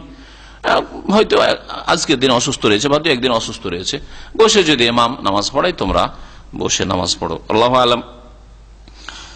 নবী করিম সাল্লাল্লাহু আলাইহি সাল্লাম যে শেষ জামানায় বসে নামাজ পড়িয়েছেন, আর আবু বকর রাদিয়াল্লাহু তাআলা আনহু দাঁড়িয়েছিলেন, মুক্তাদিরও দাঁড়িয়েছিল, সেই অবস্থা সম্পর্কে একটু বুঝেন, সেটা কি অবস্থা ছিল। সেখানে নামাজ শুরু হয়ে গেছে, নামাজ দাঁড়িয়ে কিন্তু শুরু হয়ে গেছে। আবু বকর ইমাম দাঁড়িয়ে আর মুক্তাদির দাঁড়িয়ে শুরু করেছেন, নবী সাল্লাল্লাহু আলাইহি ওয়াসাল্লাম পরে এসেছেন, নবী সাল্লাল্লাহু আলাইহি ওয়াসাল্লাম দাঁড়াতে পারছেন না, সেজন্য বসে নামাজ পড়লেন। শুরু থেকে এরকমটা ছিল না। এখানে যে এই নামাজটা নবী সাল্লাল্লাহু আলাইহি ওয়াসাল্লামের শেষ জামানায় হয়েছিল এইভাবে, এতে ইমাম কে ছিলেন? একদল বলছে আবু বকর ইমাম ছিলেন, কিন্তু কথা ভুল। আবু বকর রাদিয়াল্লাহু ইমাম ছিলেন, ইমাম প্রথম থেকে ছিলেন, কিন্তু যখন নবী সাল্লাল্লাহু আলাইহি ওয়াসাল্লাম চলে আসলেন, ইমামে আজম চলে আসলেন, আর আমাদের ইমামে আজম মুহাম্মদ রাসূলুল্লাহ সাল্লাল্লাহু আলাইহি ওয়াসাল্লাম, ইমামে আজম যখন চলে আসবেন তখন অন্যের ইমামতি বাতিল, তখন তিনি সরে গেলেন। আবু বকর সিদ্দিক রাদিয়াল্লাহু তাআলা তখন সরে গেলেন। নবী সাল্লাল্লাহু আলাইহি ওয়াসাল্লাম ইশারা করেছিলেন, নবী সাল্লাল্লাহু আলাইহি ওয়াসাল্লাম আরেকটা ঘটনা এরকম করেছেন যে সরে গেছিলেন, এটা আরেকটা ঘটনা। তো ওই ঘটনা তো নবী সাল্লাল্লাহু আলাইহি ওয়াসাল্লাম নামাজ শুরু হওয়ার পরে এসেছিলেন বাইরে কোনো কোথাও গিয়ে, আর আবু বকর রাদিয়াল্লাহু তাআলা ইমামতি শুরু করে দিয়েছেন, পিছনে সরে গেছিলেন। তো ইমামে আজম আসলে ইমাম সরে যাওয়ার হাদিস রয়েছে। তো তারপরে আবু বকর আর ইমাম থাকলেন না, রাসূলুল্লাহ সাল্লাল্লাহু আলাইহি ওয়াসাল্লাম ইমাম হয়ে গেলেন। আবু বকর রাদিয়াল্লাহু তাআলা আনহুর তাহলে ভূমিকা কি ছিল এখানে? তিনি কি ছিলেন? মুক্তাদি, আর তার সাথে সাথে মুকাব্বির।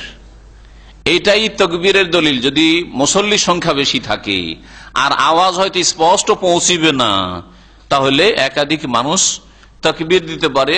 হ্যাঁ, দূরে যেসব লোকদের কাছে ইমামের আওয়াজ, ইমামের তাকবীর পৌঁছিবে না, হ্যাঁ, হরকতের, রুকু, সেজদার ইত্যাদি উঠা বসা নামাজের মধ্যে, তাদের জন্য মুকাব্বির হতে পারেন, অথবা নির্ধারিত করা যেতে পারে যে তোমরা তাকবীর দাও। আবু বকর রাদিয়াল্লাহু তাআলা এখানে মুকাব্বির ছিলেন।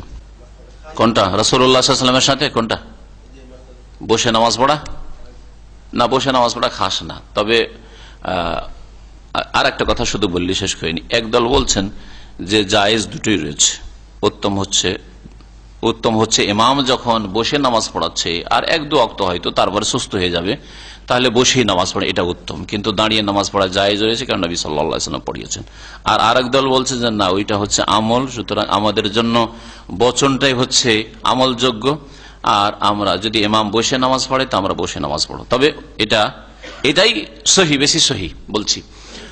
অধিকাংশ আইম্মায়ে কেরাম বলছেন না, ইমাম যদি বসে পড়ে তারপরেও দাঁড়িয়ে নামাজ পড়তে হবে, বসে নামাজ পড়া যাবে না, কারণ দাঁড়িয়ে নামাজ পড়া ইমাম নামাজের জন্য রুকুন, আর আপনি দাঁড়াতে পারবেন, সুতরাং করবেন না। এটা হচ্ছে অধিকাংশ আইম্মায়ে কেরামদের মত। কিন্তু এই ক্ষেত্রে যেহেতু দলিল রয়েছে, সেজন্য বসে ইমামতি যদি কেউ করে তার পিছনে বসে নামাজ পড়া যাবে। আল্লাহু আ'লাম। সাল্লাল্লাহু নবিয়ানা মুহাম্মদ ওয়া আলা আলিহি ওয়া সাহবিহি। ইমামে আজম আসলে সরা যায়। ইমাম আজম হচ্ছে খলিফাতুল মুসলিমিন, আর আজকাল ওইরকম মুসলিম খলিফা নাই। ইমামে আজম মানে আপনার ওস্তাদ শেখ নাই, কথা বোঝা গেছে? ইমাম আজম মানে আপনার মুফতি আর কোন শেখুল হাদিস নাই। ইমাম আজম মানে খলিফা। রাসূলুল্লাহ সাল্লাল্লাহু আলাইহি ওয়াসাল্লাম ইমামুল মুসলিমিন ছিলেন। হ্যাঁ, মসজিদের ইমাম, সবকিছুরই ইমাম। ওই রকমই যদি খলিফা চলে আসেন, হ্যাঁ, দেশের মুসলিম শাসক, নামাজি মানুষ চলে এসছেন, তাহলে সরে যেতে পারে, ওর উপর আমল করে সরে যেতে পারে, এরকম। কিন্তু এই অর্থে করবেন যে দেশের শাসক, সেজন্য তার কাছে ইমামাতে উজমা, বৃহৎ নেতৃত্ব রয়েছে, হ্যাঁ, বড় নেতৃত্ব রয়েছে এই অর্থে। আর মসজিদের ইমামের কাছে ছোট নেতৃত্ব রয়েছে। মসজিদে যতক্ষণ 5 মিনিট 7 মিনিট নামাজ পড়ে ততক্ষণ তো আপনাদের ইমাম, তারপরে ইমামের কথা শুনছেন, ইমামের ওপরই আপনারা তখন মালিকানা চালাচ্ছেন। ইমামে আজম আবু হানিফা রাহমাতুল্লাহ, সকল ইমাম আজম, এইরকম অর্থে যদি বলেন তো ইমাম বুখারী ইমাম আজম হাদিসের ক্ষেত্রে, বুঝা গেছে। হাদিসের ক্ষেত্রে ইমাম আহমদ বিন হাম্বল ইমাম আজম, হ্যাঁ, 30,000 হাদিস তার কিতাব মুসনাদ আহমদে, বুঝা গেছে। ফিকহের ক্ষেত্রে যেমন প্রশংসা করা হয়েছে ইমাম হানিফা রাহমাতুল্লাহ আলাইহি, যদি বলেন যে ফিকহের ক্ষেত্রে তার পাণ্ডিত্য ছিল আলহামদুলিল্লাহ, তো সেই জন্য বলতে পারেন। কিন্তু এইভাবে ইমাম আজম নামটা দিয়েছে কারা? যারা অন্ধমুকাল্লিদ তারাই দিয়েছে। আর যদি হানাফিরা ইমাম আজম বলে ইমাম আবু হানিফাকে, তো শাফিঈ ইমাম শাফিঈকে ইমাম আজম বলবে, হ্যাঁ। আর বলছেও মালিক ইমাম মালিক ইমাম আজম, ইমাম দারুল হিজরা মদিনার ইমাম তিনি। আর বলছে ইমাম মালিক সম্পর্কে ভবিষ্যৎবাণী রাসূলুল্লাহ সাল্লাল্লাহু আলাইহি ওয়াসাল্লাম রয়েছে যে এলেম একবারে ফিরে চলে আসবে মদিনায়, আর সারা দুনিয়া থেকে লোক ছুটে আসবে মদিনায় শিক্ষা অর্জনের জন্য। এটা বাস্তবায়ন হয়েছে ইমাম মালিকের যুগে। কোথায়? স্পেন থেকে তার ছাত্র পড়াশোনার জন্য আসতো, আলজাজাইর থেকে, তুনিসিয়া থেকে, মরক্কো থেকে তার কাছে পড়াশোনার জন্য আসতো, আর এইদিকে আজারবাইজান, উজবেকিস্তান থেকে তার কাছে ছাত্র পড়াশোনার জন্য আসতো। এইরকম ওস্তাদ কোথাও পাবেন না আজকের যুগে। তিনি তো এই দিক থেকে ইমাম মালিক ইমাম আজম, বুঝা গেছে। ইমাম আহমদ বিন হাম্বল 4 ইমামের তো সবচেয়ে বেশি হাদিসের পাণ্ডিত্য রাখতেন, জ্ঞান রাখতেন, 6 লক্ষ হাদিস তার মুখস্থ, তাহলে তিনি ইমাম আজম, বুঝা গেছে। ইমাম বুখারী রাহমাতুল্লাহ আলাইহি আমিরুল মুমিনিন ফিল হাদিস, তিনি হাদিসের ইমাম আজম। তো এইরকম যদি বলেন এই সব অর্থে, তাহলে অনেক আমাদের ইমাম আজম রয়েছে, বুঝা গেছে। আর না হলে একক ইমাম আজম মুহাম্মদ রাসূলুল্লাহ সাল্লাল্লাহু আলাইহি ওয়াসাল্লাম, যার সব কথাই নিতে হবে, যার কথায় কোনো ভুল নাই, যে নিজের পক্ষ থেকে কোনো কথা বলেননি, যার কথা অনুসরণ করা প্রত্যেক মানুষের জন্য ফরজ। আর যে কোনো ইমাম সাহেবের কথা দলিল ভিত্তিক হইলে মানতে হবে, কারণ দলিল মানা ফরজ, এই জন্য। আর ইমামের কথা বলে মানা ফরজ না, দলিল ভিত্তিক হইলে ইমাম আবু হানিফার কথা নেওয়া ফরজ, কারণ দলিল নিলেন আপনি, হ্যাঁ, দলিল মোতাবেক চলেন। আর দলিল ভিত্তিক হলে ইমাম শাফির কথা নেওয়া ফরজ, দলিল ভিত্তিক হলে ইমাম আবু মালিক আহমদ সকলের কথা নেওয়া ফরজ। মানে একা নামাজ শুরু করেছে কেউ, একা নামাজ শুরু করেছে, বা 2 জন শুরু করেছে, 2 জন শুরু করেছে, আপনার প্রশ্ন, 2 জন নামাজ শুরু করলে ডান দিকে মুক্তাদি দাঁড়াবে, বোঝা গেছে। আর তারপরে যখন 3 জন হয়ে যাবে, পাশাপাশি এভাবে দাঁড়ানো জায়েজ নয় পুরুষদের ক্ষেত্রে। মহিলাদের ক্ষেত্রে ঠিক আছে, পুরুষদের ক্ষেত্রে ইমাম একা দাঁড়াবে, ইমাম একা দাঁড়াবে। ইমামের নড়াচড়ার চাইতে মুক্তাদির নড়াচড়াটা শ্রেয়। ইমাম আগে না বেড়ে, তবে যদি সামনে জায়গা থাকে, পিছনে হয়তো জায়গা নেই, এরকম পরিস্থিতি, তাহলে ইমাম সামনে এগিয়ে যাবে। কিন্তু যদি দেখা যায় পিছনে জায়গা আছে, তাহলে ইমাম নড়াচড়া করবেন, ইমাম আপন জায়গায় থাকবে, ডান দিকে যে লোকটি ছিল তাকে ইশারা করবেন, পিছনে চলে আসবে, 2 জন পিছনে হয়ে যাবেন। এটাই সুন্নাত সম্মত কাজ। মানে ইমাম রব্বানা ওয়া লাকাল হামদ বলে না, এটাই আপনার প্রশ্ন। ঠিক, ভালো কথা একটা বলেছেন। আমি আসলে ইখতিলাফ কিছু বলছি, আবার মাঝে মাঝে চিন্তা করছি যে এত দ্বিমতগুলি আপনাদের সামনে, মানুষের সামনে, সাধারণ মানুষের সামনে পেশ করে আরো গোলমাল না হয়ে যায়। বলছে না, হানাফি মতে ওরা ভাগ করে নিয়েছে। হানাফি মযহাব হচ্ছে যে ইমাম শুধু সামি আল্লাহু হামিদা, ও রব্বানা ওয়া লাকাল হামদ বলবে না, আর মুক্তাদি রব্বানা ওয়া লাকাল হামদ। হানাফি মযহাবে ইমাম রব্বানা ওয়া লাকাল হামদ বলবেই না, কিন্তু এটা ঠিক নয়। দলিল পেলেন যে নবী সাল্লাল্লাহু আলাইহি ওয়াসাল্লাম কি বলতেন? সহিহ মুসলিমে আছে, সামি আল্লাহু লিমান হামিদা রব্বানা ওয়া লাকাল হামদ বলতেন।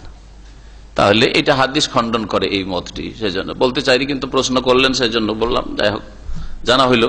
আর ওদের আমল সম্পর্কে জানা হইলো। ওরা এই জন্য বলে যে তারা মযহাবের অন্ধ তাকলিদ করে, আর আমরা হাদিস ফলো করি। আর হাদিসে আছে যে নবী সাল্লাল্লাহু আলাইহি ওয়াসাল্লাম ইমামতি করেছেন, আর সামি আল্লাহু লিমান হামিদাও বলেছেন, আর রব্বানা ওয়া লাকাল হামদ বলেছেন। সুতরাং ইমাম দুটোই জমা করবে।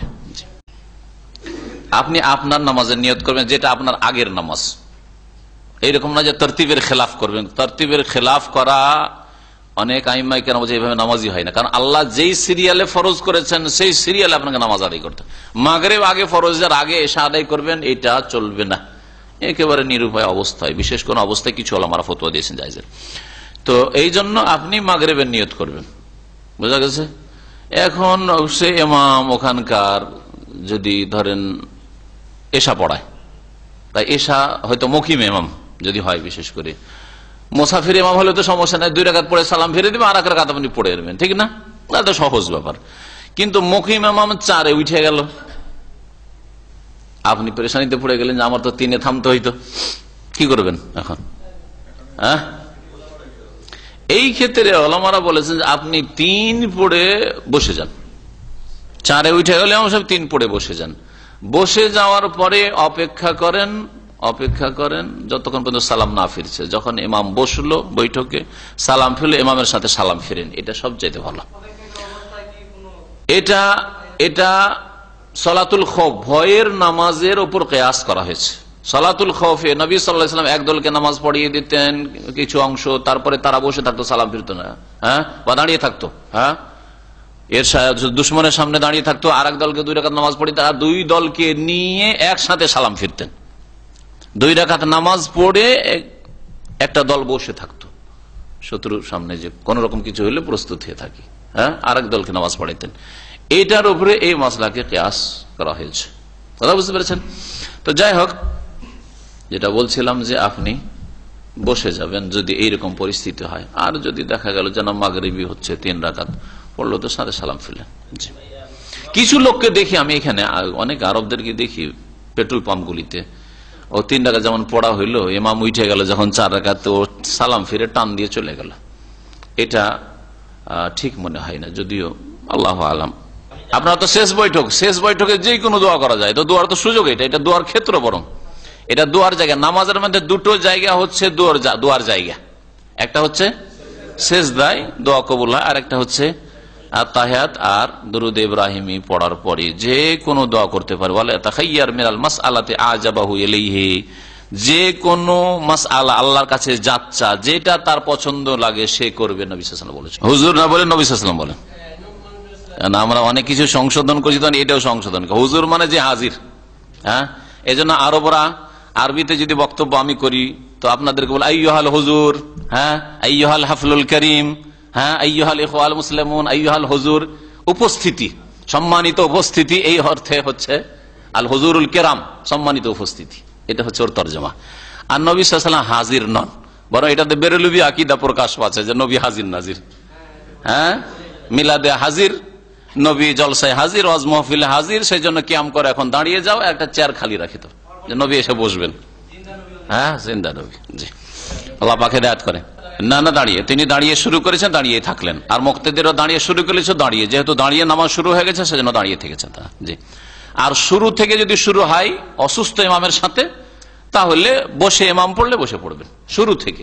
আর এখানে যেহেতু নামাজ শুরু হয়ে গেছিল, আবার যদি বসতে বলা ডিস্টার্ব হবে, সেজন্য যেভাবে শুরু হয়েছে সেভাবে চলেছে। এটাও একটি সমন্বয় এই 2টি হাদিসের মধ্যে। ও মাইক ব্যবহার করেন না, আল্লাহ হেদায়েত করে। মাইক ব্যবহার করলে বিদাত হয়ে গেল, আর চিল্লা বেদাত হইল না। হ্যাঁ, 6 লতিফার জিকির বেদাত হইল না। বলেন 6 লতিফার জিকির কোথায় আছে?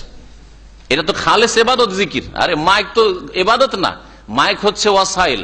এ বোতলে পানি খায় আর গ্লাসে পানি খায়, হ্যাঁ, আর নলকূপে মুখ লাগিয়ে খায়, পানি খাওয়া, বাস, তাই না? বোতল আছে বলে বোতল আছে, বোতলে খেলে বেশি সওয়াব হবে নাকি? এটা তো ইবাদত নাই। তো এরকম মাইক ব্যবহার করাটা ইবাদত নয়, এটা হচ্ছে ওসিলা, মাধ্যম। মাধ্যমের ক্ষেত্রে বিদাত হয় না। আর জিকির তো খালেস ইবাদত, একেবারে নিখুঁত ইবাদত। জিকির আবার 6 লতিফার কি করে জিকির হইলো? এইভাবে আর ওইভাবে এই করতে হবে।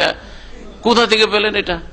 তো এত বড় বড় বিদাত সব জায়েজ হয়ে গেল, আর শুধু ওই মাইকের বিদাত করা যাবে না, ই কোন গুমরাহি। আর লোকের স্রোত শুরু হয়ে গেল, জোহরের নামাজ নেই, যেটা আল্লাহ ফরজ করেছেন ওয়াক্তে, আর আউয়াল ওয়াক্তে নামাজ পড়া সবচাইতে উত্তম।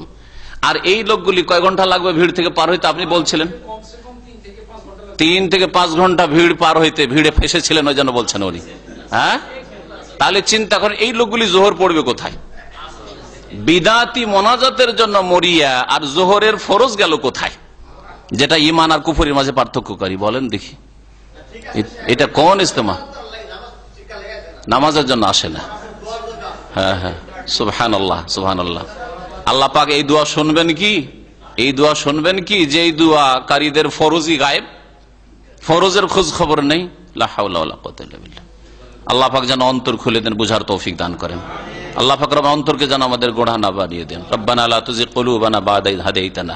আর আমি আবার বলছি আপনাদেরকে বারবার করে, এই কথাটি আমি অনেক সময় বলি, যে সবসময় আল্লাহ পাকের কাছে দোয়া করবেন যে আল্লাহ ইহদিনাস সিরাতাল মুস্তাকিম। এটা আমি গতানুগতিক পড়ি না, অন্তর থেকে পড়ছি যে আল্লাহ যেই অবস্থায় আছি, ধরেন আপনি জামাতি, অথবা তবলিগি। আল্লাহ যদি এটাই হক হয় তো ওর উপরে রাখো, আমার ক্লিয়ার কথা।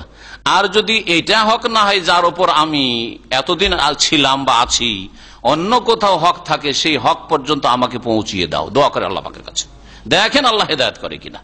কিন্তু আপনি যদি আগেই সিদ্ধান্ত নেন যে যার উপর আমি লালিত পালিত হয়েছি বা এতদিন বড় হয়েছি তার উপরই থাকবো, আল্লাহ কখনো হেদায়েত করবে না। আমিও বলছি যে আল্লাহ যেই অবস্থায় আছি এটা যদি ভুল পথ হয়, আল্লাহ আমাকে হেদায়েত দান করো। আমি যে অবস্থায় এতদিন 50 বছর বয়স কেটে গেল, যে অবস্থায় জন্মেছি, পড়াশোনা করেছি, আর যে অবস্থায় শিক্ষকতা করেছি, দাওয়াতি কাজ করছি, আমার এই বয়সটা কেটে গেল, যদি আল্লাহ ভুল পথে থাকি, আল্লাহ পাক রব্বুল আলামিন তুমি সংশোধন করার তৌফিক দান করো দ্রুত, এবং যেখানে হেদায়েত আছে সেখানে আমাকে পৌঁছে দাও। এই দোয়াটা খালেস অন্তর থেকে করে, আল্লাহ কবুল করেছে। আমাদের একজন মুখতার ভাই বলে ছাত্র ছিলেন, বৃদ্ধ ছাত্র, এরকম বৃদ্ধ ছাত্র এখানে খুব কম আছে, দাড়ি সাদা বৃদ্ধ ছাত্র, জামান ভাই, ওই রকম জামান ভাইয়ের সঙ্গী আর কি। তো ওই মুখতার ভাই গোপালগঞ্জের ভাইরা আছে, চেনবেন অনেক, এখন ওখানে গিয়ে মাশাআল্লাহ দাওয়াতি কাজ করছে, মসজিদ করেছেন মাশাআল্লাহ, আর যোগাযোগ রাখেন এখনো পর্যন্ত, মাসে তো 1-2বার টেলিফোন আসে ওনার। তো উনি জিন্দা পীরকে সেজদা করেছেন অন্ধকারে গিয়ে একযুগে। কি জন্য বলছেন? শেখ আমি আল্লাহকে পাওয়ার জন্য। ও জিন্দা পীর বলেছিল আল্লাহকে দেখিয়ে দেবো, আপনাকে আল্লাহকে দেখিয়ে দেবো, এই জন্য জীবিত পীরকে গিয়ে সেজদা করেছি। তো বলছে যখন জিন্দা পীরকে সেজদা করি তখনও চেয়েছিলাম যে আল্লাহ তোমাকে পেতে চাই, তোমাকে আমি পাইতে চাই। সেই জন্য তার মন্তব্য সেটা যে তিনি বলছেন যে এই জন্য আল্লাহ পাক আমাকে হিদায়াত দান করেছেন। একদিন আমাদের হাবিব ভাই এখনো এয়ারপোর্টে লিমুজিন চালায় আছে, ও জামাত থেকে বেরিয়ে আসার লোক। তো সেই ব্যক্তি একদিন গিয়ে বললেন, মুখতার ভাইয়ের বন্ধু মানুষ পরিচিত, বললেন যে আপনি তো অনেক কিছুই করলেন, তবলিগ করলেন, জামাত করলেন, বেরলবি করলেন, জিন্দা পীরকে সেজদা করলেন, সবই করলেন, চলেন দাম্মাম ইসলামী সেন্টারে শেখ মতিউর রহমান এটা দার্স। তখন আমার নতুন দার্স, 14-15 বছর আগে এর ঘটনা, তো 6 মাস বা 1 বছর হয়েছে, ওই প্রথম দিকেই ছিল। ওই একদিন মঙ্গলবারে তখন সাপ্তাহিক আলোচনা হয়তো বিষয় ভিত্তিক শোনার পরে ধরলেন ইসলামী সেন্টার। আলহামদুলিল্লাহ, আল্লাহ পাক তার দাওয়াতে বরকত দিয়েছেন, তার দ্বারা কাজ হচ্ছে আলহামদুলিল্লাহ গোপালগঞ্জে। যদি ঘুমের কারণে হয় অথবা ভুলে যাওয়ার কারণে হয় তাহলে আল্লাহর কাছে ওজর মাকবুল। আর আমি ট্রেনে সফর করছিলাম, বাসে সফর করছিলাম, সেই জন্য 3-4 ওয়াক্ত নামাজ পড়তে পারিনি, হাট বাজারে ব্যস্ত ছিলাম, হ্যাঁ, বা এমনিতে অবহেলায় ছুটে গেছে, এইভাবে আর নামাজ কবুল হবে না। কুফরি কাজ হয়েছে, শেখুল ইসলাম ইবনে তাইমিয়া রাহমাতুল্লাহ আলাইহি বলছেন যে এই কুফরি থেকে তওবা করতে হবে। কুফরি কাজ হয়েছে, এইভাবে শক করে নামাজ ছাড়বে আর নামাজের কাজা হবে না, এইভাবে কাজা হবে না। এই কাজাই যদি না হয় গবেষক ওলামায়ে কেরামদের নিকটে, তাহলে কাজায় উমরি কোথায় আছে, সারা জীবনের কাজা কোথায় আছে? যে 14-15 বছর বয়সে আমার ফরজ হয়েছে নামাজ, আর এখন 40-এ শুরু করলাম, সুতরাং 15 বছর বা 20 বছর চালাই এখন, মানে ডবল নামাজ, কাজায় উমরি এটাকে বলে। এটা বিদআত, গুমরাহি।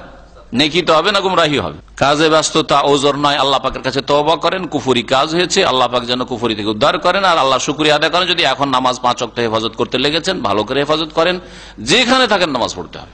যুদ্ধের মাঠে নবী সাল্লাল্লাহু আলাইহি ওয়াসাল্লাম নামাজ একটু বিলম্ব করেননি, ওয়াক্তে জামাত করে নামাজ পড়িয়েছেন। সালাতুল খাউফ, ভয়ের নামাজ যুদ্ধের ময়দানে। আপনি প্লেনে সফরের বাহানায়, বাসে সফরের বাহানায়, ট্রেনে সফরের বাহানায় আপনি নামাজ কাজা করবেন, নামাজ পড়বেন যাতে দেখুক যে হ্যাঁ আলহামদুলিল্লাহ আমরা নামাজ পড়ি না, আর এই লোক এত কষ্টে ট্রেনে বাসে এখানেই নামাজ পড়ে, তাহলে আল্লাহর বান্দা এরকম ভালো মানুষ আছে, আজকেও আছে। বেনামাজি চেনুক, নামাজিদেরকে জানুক, যে স্টেশনে নামাজ পড়া লোক, বাস স্ট্যান্ডে নামাজ পড়া লোক, বাসে বসে বসে জায়গা পাচ্ছে না, সিটে বসে বসে নামাজ পড়া লোক, প্লেনে সিটে বসে বসে নামাজ পড়া লোক, এখন আল্লাহর বান্দা আছে কিছু। আমাদের তাহলে সংশোধন করা উচিত, আপনাদের কাছ থেকে শিখবে কিছু, যে আমরা আরামসে বসে থাকছি, মসজিদের পাশে বসবাস করি আর নামাজ পড়ি না, আর এই লোক প্লেনে সফর করে নামাজ পড়ছে। রে বাবা, শিখুক, হেদায়েত পাক এই বেনামাজি গুলো। আপনাদেরকে দেখে চিন্তা করেন, ভারতের মতো দেশে যেখানে 50 ঘন্টা 60 ঘন্টা ট্রেনে সফর করে অনেকে, যদি আসাম থেকে শুরু করে আর বোম্বাই পর্যন্ত, বা আপনার ত্রিবান্দ্রম, কেরালা আর মাদ্রাজ পর্যন্ত, তাহলে 3 দিন 4 দিনের সফরই থাকে, 48 ঘন্টার সফর থাকে। এইরকম সফরে এটা দাড়িওয়ালা মানুষ, আর পাশে হিন্দুরা দেখছে, বেনামাজি ফাসেক গুলি মুসলমান দেখছে যে এই লোক তো দাঁড়িয়ে নিয়ে নামাজ পড়তে দেখি না, তো কি ভাববে? তাহলে আর নামাজ পড়বে জিন্দেগি তো বেনামাজি গুলো। কিন্তু যদি দেখে যে মাশাআল্লাহ যখনই নামাজের টাইম হচ্ছে একজন মুসলিম নামাজ পড়ছে, দাড়ি থাক আর নাই থাক, সে দাড়ি নাই ঘাটতি, কিন্তু নামাজ আছে, ইসলাম আছে, তার নামাজ আছে, মানে তার ইসলাম আছে, যদি প্রমাণ করে দেয় নামাজ পড়ে, হিন্দুও বুঝবে যে না আছে, এই লোক নামাজ পড়ে, এত কষ্ট করে নামাজ পড়ে। যারা ফাসিক মুসলমান, বেনামাজি মুসলমান, তারাও দেখবে যে আমরা বাড়িতে নামাজ পড়ি না, কত পাপী আর ইয়ে কষ্ট করে ট্রেনেও নামাজ পড়ে, স্টেশনে একটু গাড়ি থামলে আমরা দুনিয়াদারি করি, কেনাকাটা করি, চট করে নামাজ পড়ে। চিন্তা করেন আপনি কত কি শিখবে। এটা তো হবেই। আর আপনি আল্লাহ পাকের ফরজ আপনি আদায় করলেন, যা দিয়ে আপনি দুনিয়া আখেরাতে শান্তি পাবেন। আর নামাজ এইভাবে ছাড়লে আল্লাহ পাক নামাজ কবুল করবেন না। এইভাবে নামাজ ছাড়া জায়েজ নয়, বরং কুফরি কাজ। এক ভাইয়ের আম্মা অসুস্থ রয়েছেন, দোয়া চেয়েছেন আল্লাহ পাক যেন শেফা দান করেন, আমাদের সকলকে শেফা দান করেন, সুস্থ রাখেন, আল্লাহ পাক হেফাজত করেন সকলের। আর যেসব ভাই বোনেরা ইন্তেকাল করেছে, আপনারা অনেকে দুপুরে ছিলেন না, আমাদের এক পুরাতন ভাই ইন্তেকাল করেছেন, আব্দুল খালেক ভাই। আব্দুল খালেক যে ফিলিপাইনি বলতাম যে ভাইকে, উনি ইন্তেকাল করেছেন রহমতুল্লাহ আলাইহি। আল্লাহ পাক রহম করুন, আল্লাহ জান্নাতবাসী করুন। সাল্লাল্লাহু আলা নবিয়িনা মুহাম্মদ ওয়া আলা আলিহি ওয়া সাহবিহি আজমাইন। টাইম অনেক হয়ে গেছে।